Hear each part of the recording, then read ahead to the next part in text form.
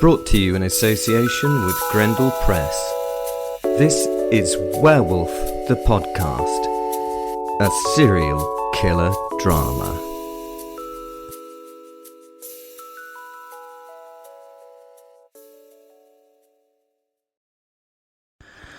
I don't appreciate many things in the everyday world, but I do like to listen to an odd podcast or two. Yeah, an odd podcast or two. I love There Is No Such Thing as Fish. It's right funny. It really is really funny. And my other guilty secret is Joe Rogan's podcast. You might not have heard of him. It's a man in America. You know, he's called Joe Rogan, and I believe he has a very popular podcast that he does on, is it YouTube or Spotify or something.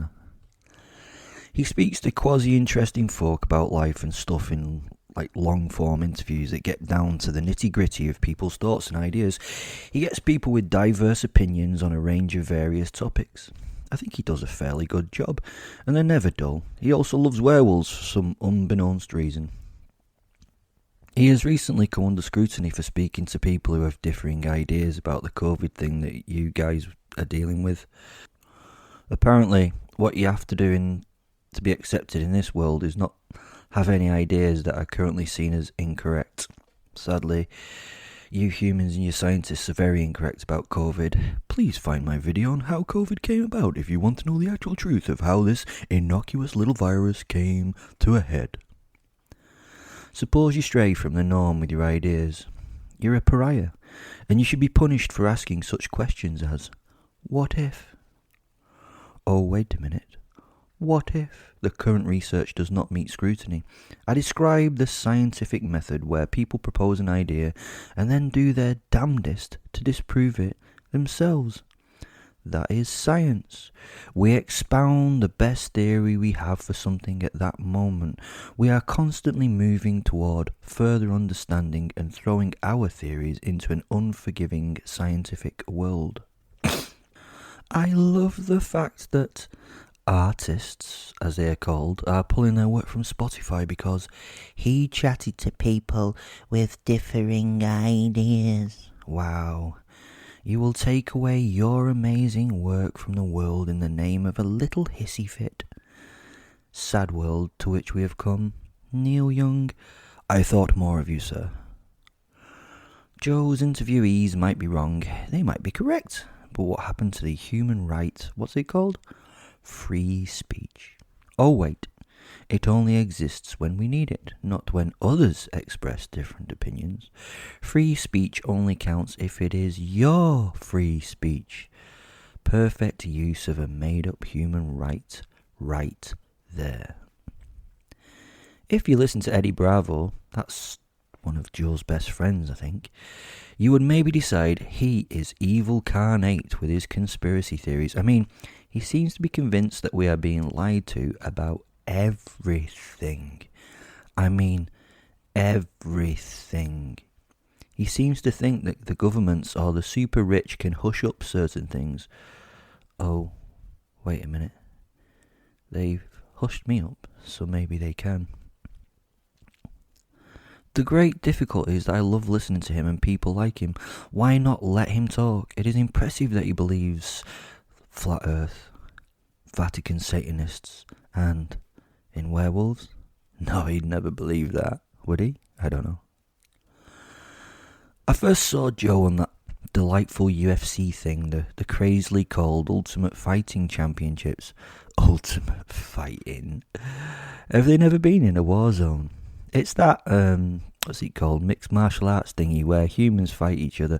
I often like to watch it for a bit of a giggle, watching the under-evolved fight the under-evolved in an octagonal cage using hands, feet and squidgy things. It's quite adorable. And I have to say, I do like some of the theatrics that we see behind the scenes as it goes on. I love the fighters antagonising each other to try out the mental on each other. It's fun to watch. The people are impressed by the damage these people do to each other too. Can you imagine if they had sharp-edged weapons or teeth and claws? Oh, I know that would be inhumane. Inhumane would be much more fun to watch though, in my unhumbled and correct opinion. Oh, sorry, this isn't the point of the piece I'm writing, but I did go and get a black belt in BJJ. His belt didn't help him, although it's supposed to be like one of the best and one of the ultimate systems for protecting humans against humans. I have to say that it has fuck all against a werewolf. There's no techniques against teeth, claws, and no rules. It means BJJ does not work very well, I'm afraid. He pulled guard, I believe they call it. I pulled out his guts. Evolve better tools, humans, for unarmed combat. You are too soft and squidgy to be an effective threat to anything. Hey, don't get me wrong. I realise that mixed martial arts is probably the way to get your technique down for fighting. I train, I do, in as many gyms as I can, and with as many different coaches. I have a coach in Scotland. I get on pretty well with him. I like him a bit because he shares Fenrir as his first name, just like my posit. I genuinely think MMA was the deciding factor when I fought against other werewolves in fisticuffs. Other werewolves have a basic approach of tackling you and then teeth and claws. Easy to deal with if you have a little technical training. My training had been the deciding factor in every battle with any other were creature. Anyway, that's a different story about my training. I do my mixed martial arts with humans, and I have to admit that I have a little bit of respect for the warriors who train in this art. That is one way that I mix with humans, where I'm kind of impressed by the technical prowess of these athletes. Anyway, I don't know why I got off track again, but let me carry on with the real reason for this story. I know that Joe hunts, and he likes to go into the middle of nowhere to do it. My new adventure would be to track him in the woods and maul him. It would be the perfect opportunity to reverse the whole thing and hunt him. Let's see how he likes it. Now, he likes to hunt elk, which I enjoy hunting myself. I've gone into details of hunting elk in the Urals with a pack of werewolves in another story. The Ural Mountains are home to the largest of these animals globally, but Utah might be fun.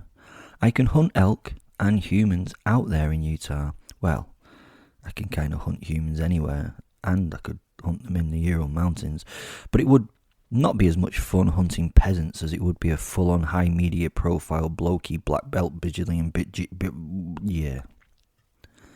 So let the fun begin. This would involve me finding this legend somewhere in the mountains. This was going to be fun. I used a local source of information to find out when he would be landing in Salt Lake City, and there the hunt would begin. Yay!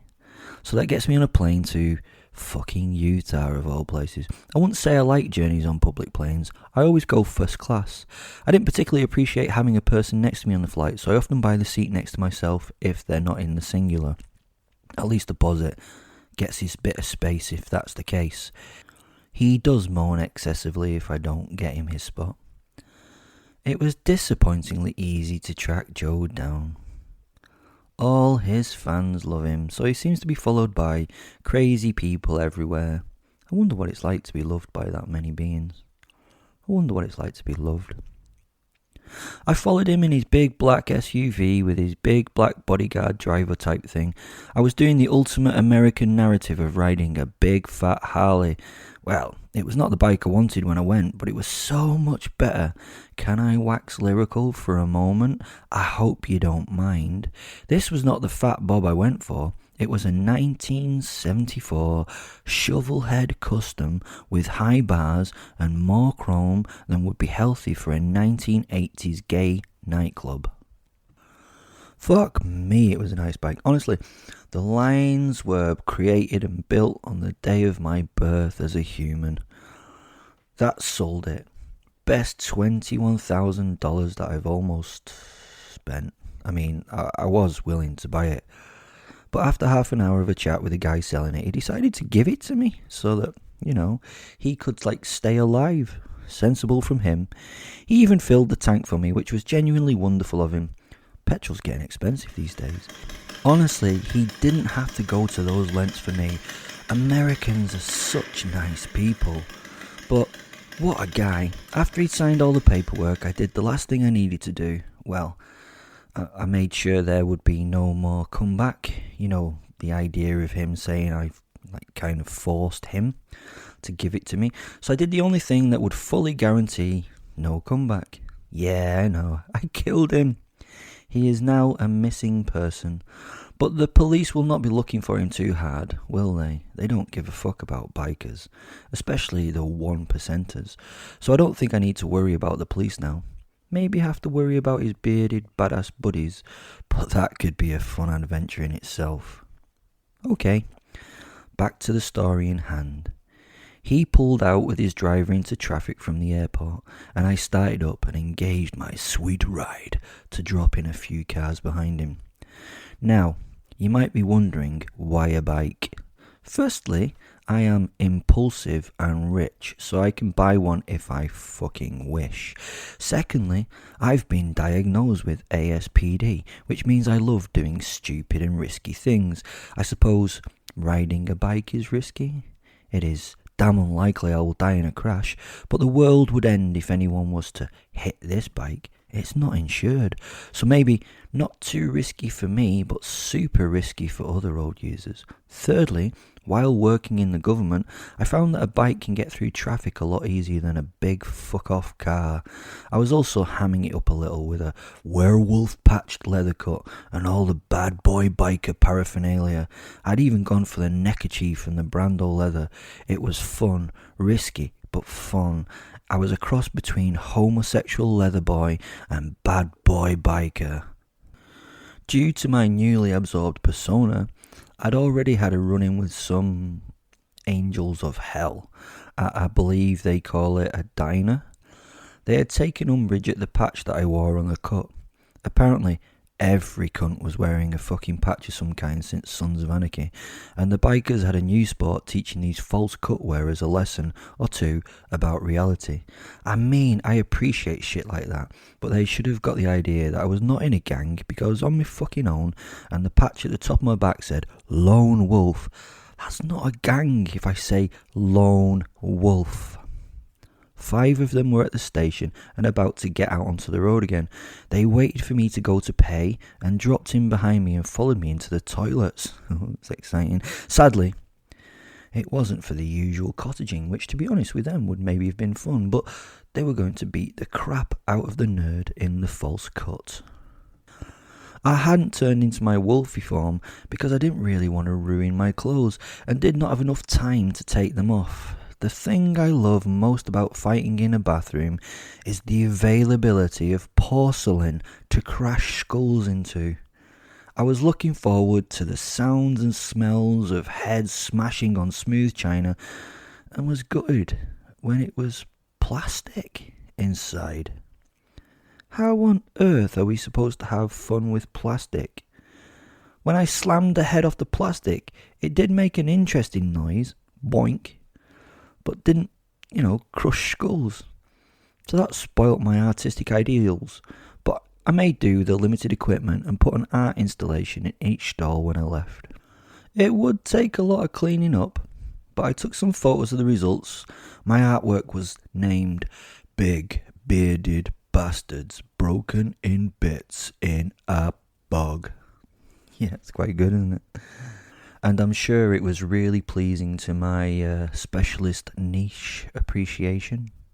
Oh, and to add another obvious thing about killing in a bathroom is that I get to use the facilities to clean myself up after. They're sort of designed for killing and then cleaning. Oh, and even better on the way out, I got to do a proper, American movie moment where I flipped a sign that said, "Currently being cleaned," and walked away. Fucking awesome. I would have to keep an eye on the media to see if this came up and how they would deal with it. I was 100% sure that I was on CCTV, so they'd put an APB out on me, whatever one of those is. I don't know what it is, they just say it in all the American cop shows. I quite like the idea of bike gangs. I placed their cuts over the bikes in the parking area out of mild respect. Mild respect, I have to say. Not following the laws imposed on them by society. Quite cool. Yet another story there. I seem to rack them up as I make my way in life. People end up dying around me. I mean, I don't think that it all happens by chance. I am pretty much the common denominator. I like to think that this all happens because of me. Right, back to the story. After my little heartbreak, I dropped in behind the SUV and happily followed it while listening to some 70s and 80s classic American rock. The bike had been a bit of a pain in the arse in the city. The gearing system is something to get used to on these old hogs, but as soon as we got onto the I-80 and started to cruise, it was different. This was fun, and I knew that it would only get more fun. Sweet Home Alabama was banging in my ears. Fen, bless him, was a bit unhappy about riding pillion. I mean, wolves are not really meant to ride pillion on Harleys, and although he pretended that he was cool with everything that was happening, I could tell he was a little bit nervous by the inflection of his telepathic speech. We soon found that he could keep pace running if he wanted to, so he switched between the two, and in our respective heads we discussed what we would be up to this beautiful weekend. It was going to be so much fun. 2 hours later, I wanted to ram this fucking piece of shaking, uncomfortable, bone-jarring shite into a fucking ditch. I am indestructible, but I'm not fucking incapable of discomfort. I wish that were my fucking superpower. The power to never suffer from mild discomfort or irritation. People told me that you could ride a Harley for hours because they are so comfy. Nope. They're not like an armchair with wheels, and these fucking handlebars are just the right height where the blood runs out of your arms and makes them numb over an hour or so. It was definitely Harley 1, Will 0. It looks and sounds like the bomb, but I wish it would fucking explode. That said, I would burn the fucking thing when I'd finished. It would be a ceremony. Burn my lifelong ambition. It would not be the first time I'd burnt my dreams. Fen was obviously finding this outcome hilarious after I dreamed for so many years of riding the American highways in comfort and cruising on down the line. He was consistently taking the piss. I like sports bikes in the UK because they don't pretend to be comfy. They are built only to be as fast as fuck, and you never get more than an hour on one until you have to get off and fill it with petrol again, to be honest. Anyhow, I was pissed off, and then guess what? It started to fucking rain. Now, life was crap, uncomfortable, and also wet. My cool retro goggles were fucking useless with the rain, so I had to drive directly behind the SUV so that I could see it. The great American dream of driving across the wilds on the bike of my childhood had been an absolute bust.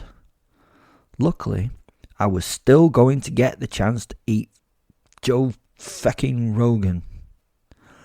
Eventually, the SUV turned onto a private road off the Utah 16 Home Ranch Road, and I left it knowing through the wonders of Google Maps that there was only one lodge at the end of the road where he would be staying.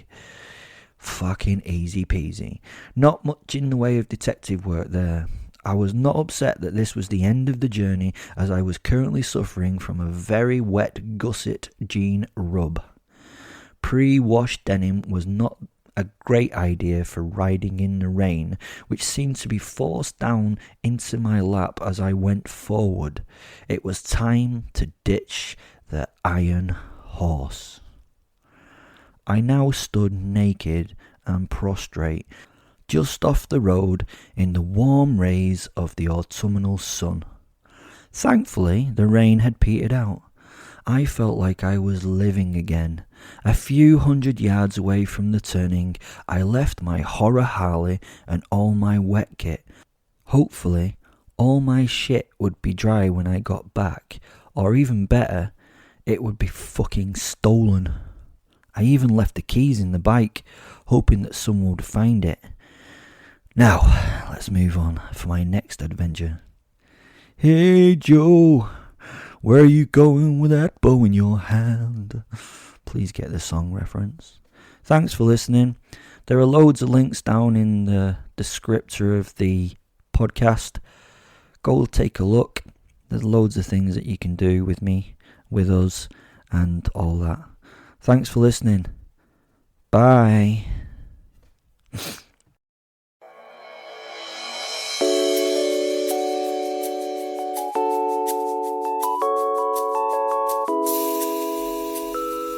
Brought to you in association with Grendel Press.